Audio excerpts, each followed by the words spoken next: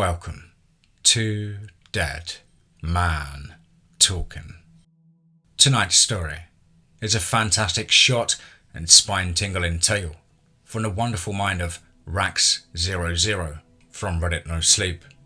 As ever, please do let us know what you thought down below in the comments box. Please do like and share. It really does help build the channel and our community further. And why not hashtag TeamFEAR and DMT's Cryptid crew. And so, with that aside, let's get into tonight's story, entitled A Warning for Those to Come. Let's get straight into that. February 23rd, 1928. I am writing this down so that what exists on this property may never be forgotten. I only hope that I can warn those who will inevitably come after me. Now, my family has owned this 120-acre farm for more than 3 generations. Unfortunately, however, it will all end with me. My parents had a total of 3 children, with myself being the oldest. I never did end up getting married, and my 2 younger brothers were involved in tragic wolf attacks. One day while working at the far end of our field by the edge of the forest.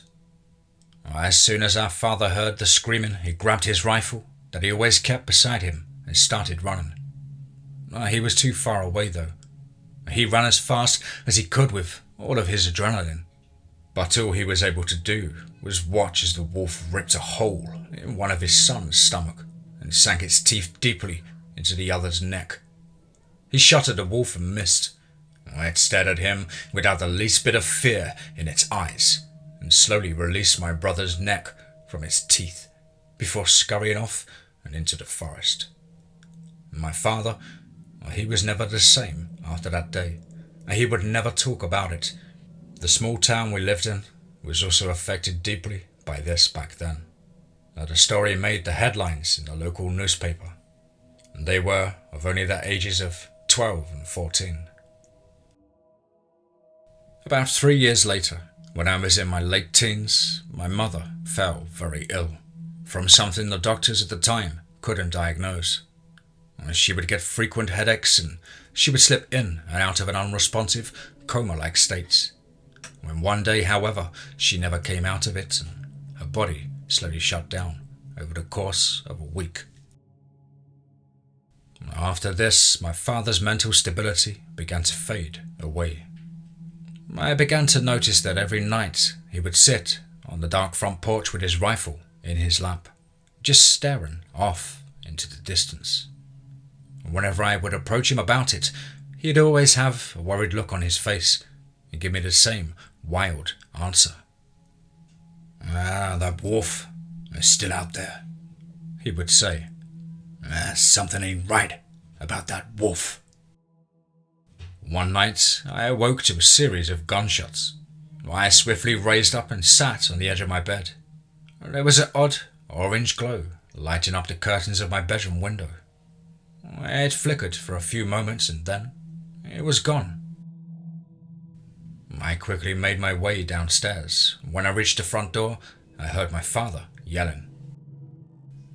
"You won't take anything else away from me," he shouted. "Go back to hell, where you came from, you vicious beasts." I flipped the porch lights on and opened the door to see him attempting to reload his magazine. His arms were shaking uncontrollably, causing him to drop his handful of bullets. "Dad," I called to him, "what the hell are you shooting at? You're gonna hit some of the cattle." I scanned the field in front of us, but all I could see was the sea of corn swaying in the cool night breeze. My father bent down to pick up the bullets and turned his head to look at me. There were tears running down his face. He opened his mouth to say something, but at first all that came out was a choppy exhale caused by his violent shaking. And then he spoke. "I saw them. They didn't know I was here. They didn't think I could see." He tried off for a few moments before saying something that truly perplexed me. They aren't from here. His eyes widened as if the reality of the situation made its way back to him. Come on, son.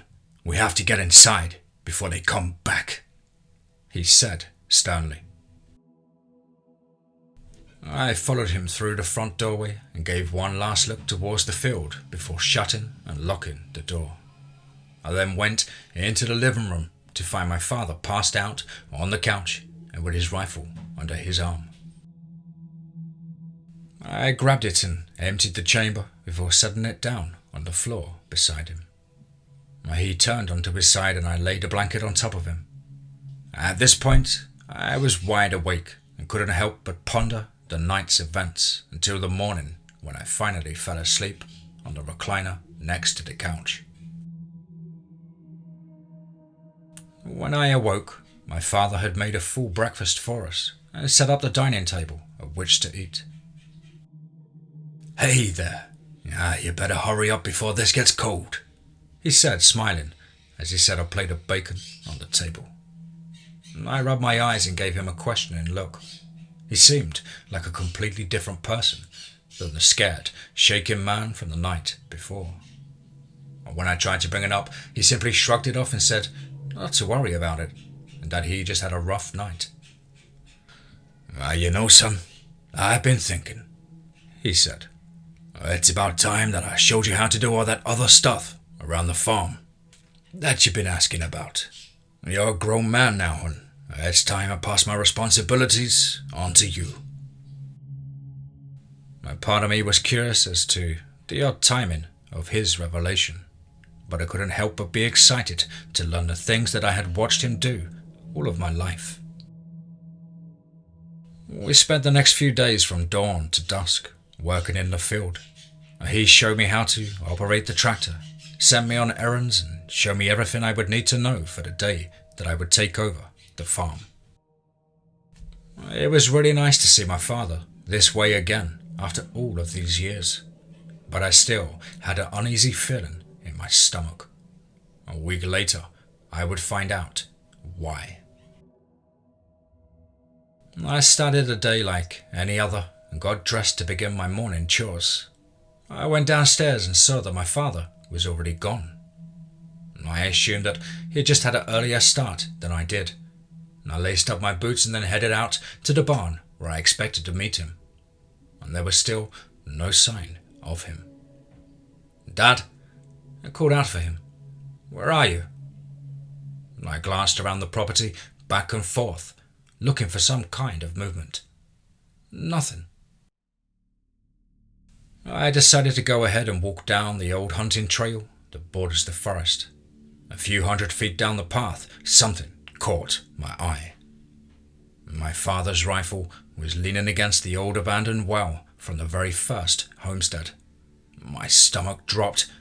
He never left his rifle anywhere, period. Dad? I said as I slowly walked towards the well. And when I got close enough, I could see that there was blood dripping from inside the roof of the well. My eyes began to water. No, I thought as I stepped even closer. Close enough to see a single bullet hole through the roof of the well. My knees grew weaker and I finally made it to the edge of the well and peered inside. Now to this day, I will never be able to unsee the mangled, contorted body of my father at the bottom of the well. I will always be cursed with the memory of those cold, dead green eyes, facing up and looking right through me. They were not his eyes, not anymore. I fell to the ground and began sobbing uncontrollably. I have never stopped blaming myself for not seeing how damaged he was, for not seeing why he chose that week to train me on all the things that he had been putting off. It has weighed heavily on me for 7 years now. After I called to report his death, I swore to myself that I would follow through on his last wish and take care of this farm. and from that point forward, I put all of my emotions into tilling, ploughing, building, and general upkeep. Once the grief had subsided, I found it a lot easier to carry on, and that was until a few days ago. I was doing my normal round of putting out fresh feed for the animals when I noticed something off to my left. All of the cattle, they were huddled together and acting very upset. I hopped the gate and made my way through the cattle to see what they were crowded around. What I found made me take a step back. One of my dairy cows was lying on its back with its stomach torn open. 3 long gashes from its udders to its throat. It smelled horribly. I ran as fast as I could back to the gate and leaned against it and threw up. I wiped my mouth and looked back at a rotting corpse. How the hell did I not hear this poor thing screaming? I thought. I held my elbow over my nose and mouth so that I could get close enough to search around the cow, but there didn't seem to be any sign of whatever it was that was trying to eat it, which I found odd. A predator wouldn't leave its fresh kill untouched, and then I saw it. Fuck, I said out loud to myself. Wolf prints. Wolf paw prints. One single set of huge tracks. I followed the tracks leading away from its kill for about 100 feet towards the forest tree line. It had rained the previous day, and so luckily the tracks were easy enough to make out. As I got closer to the line of trees, I saw something that I couldn't make sense of. The set of 4 paw prints suddenly turned into only 2 prints, and with long strides between them. I immediately stopped and noticed my breathing become more rapid. I couldn't bring myself to go any further towards the dark woods. I didn't have to. I could see that about 10 feet from where the tracks changed, they came to an abrupt stop. Right at the end of the trail, there was a marking in the dirt that almost looked burned. The marking resembled a circle with a series of triangles in it. I had never seen anything like it before in my life.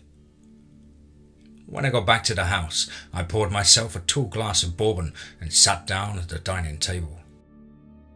What kind of wolf stands up and walks on 2 feet? I asked myself. I called the local sheriff to let him know about my mauled cow, and to let the other farmers in the area know to keep an eye on their own livestock. He expressed his condolences and thanked me for calling it in. I spent the rest of the day cleaning away the dead cow and storing the meat in my deep freezer. If there's one thing that I learned by being a caretaker on a farm, is that you don't let anything go to waste. Luckily, the cold of winter had kept the meat from spoiling. Later that night, I was sitting on the couch, reading through some of the old newspapers that my father would hoard. I always liked following in his footsteps wherever I could. I went through a stack of 3 or so until I came upon one with a captivating title. Midville farmers mourn the tragic loss of their 2 sons. I stared at the headline for a few moments. It occurred to me then that I had never actually read the article. As I read through the paragraphs detailing my mother's interview on the incident, one question stood out to me. Interviewer: were you able to see this wolf for yourself? Some rumors are saying that this wolf might be related to the town's folklore. Are you familiar with the legend of the Midville Dogman? Helen, don't you even start with that. My daddy used to tell me those stories as a kid just to scare me away from getting lost in the woods, and they're nothing but nonsense. Midville Dogman, I thought. I wondered why I had never heard of it before, if such a legend is in this town. As it got late, I started to doze off. The newspaper slipped out of my hands and fell to the floor. I decided it was time to turn in for the night. My eyes flew open and I shut up in my bed when I heard a loud bang coming from downstairs. I grabbed my father's rifle and paused to listen. The next sound that I heard was a deep and long scraping noise coming from the front porch. This was followed by a few evenly spaced thuds. Footsteps, I thought. I raised myself off of the bed, pointing a rifle in front of me, and carefully made my way down the stairs. When I got to the bottom and turned the corner, I could see a bright orange light shining through the windows on the front side of the house. I walked closer to the front door. I put my hand onto the doorknob and opened the door. What I then saw in the field, I don't think I'll ever be able to fully explain. A few hundred feet in from the house, there was a large glowing oval shape. I had hovered above the ground a few feet and its edges appeared to be on fire. And despite how far it was from me, I could still see it shimmering. It was almost hypnotizing. My attention turned slightly to the right, however, when I saw a large silhouetted figure running on all fours towards this light.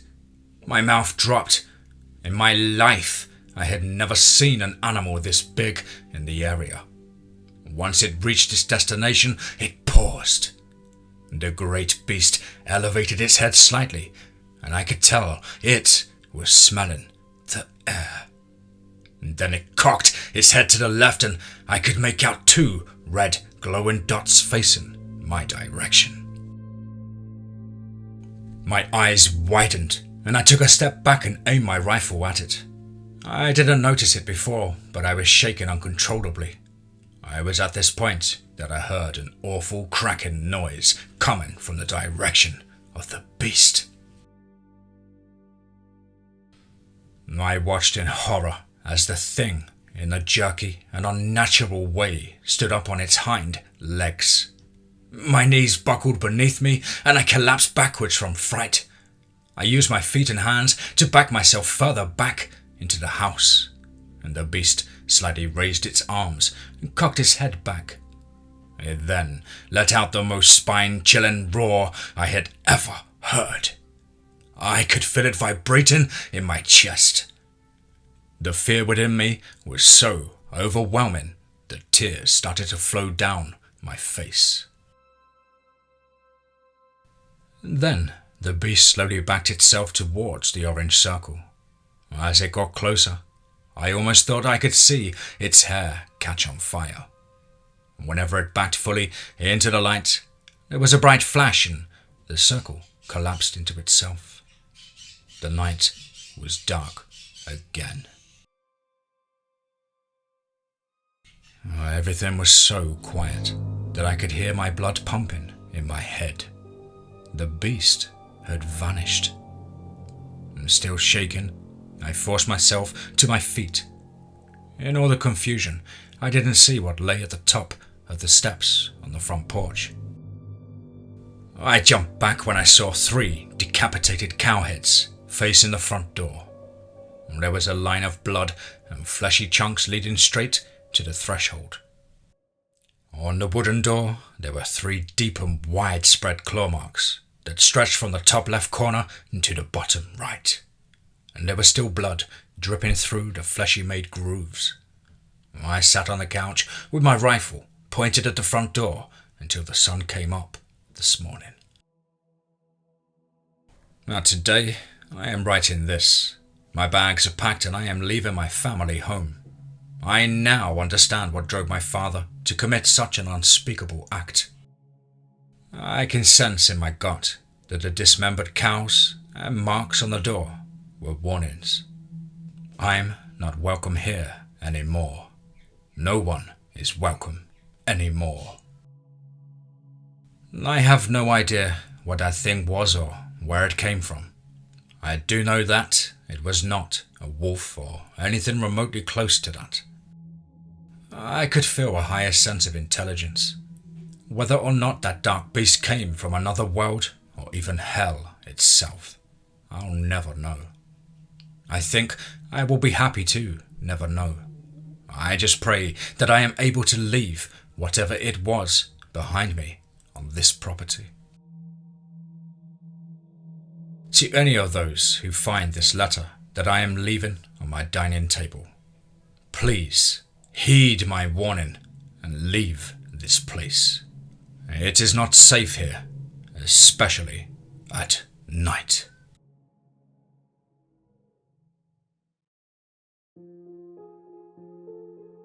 Wow, wow, wow, wow. And another one, wow. Absolutely awesome Dogman story there from the incredibly talented Raxx00 over on Reddit, No Sleep. Of course, a huge thank you to Raxx for allowing me to narrate their incredible story on the show. Really did enjoy that and look forward to more of your work in the future. Guys and girls, you know the drill by now. Please do let us know what you thought down below in the comments box. Please do like and share. It really does help build the channel and our community further. And why not hashtag TeamFEAR and DMT's Cryptid crew. I hope you've all had a fantastic week at work or at school or studying and are enjoying a relaxing weekend with friends and family. But above all, remember, be safe, not sorry.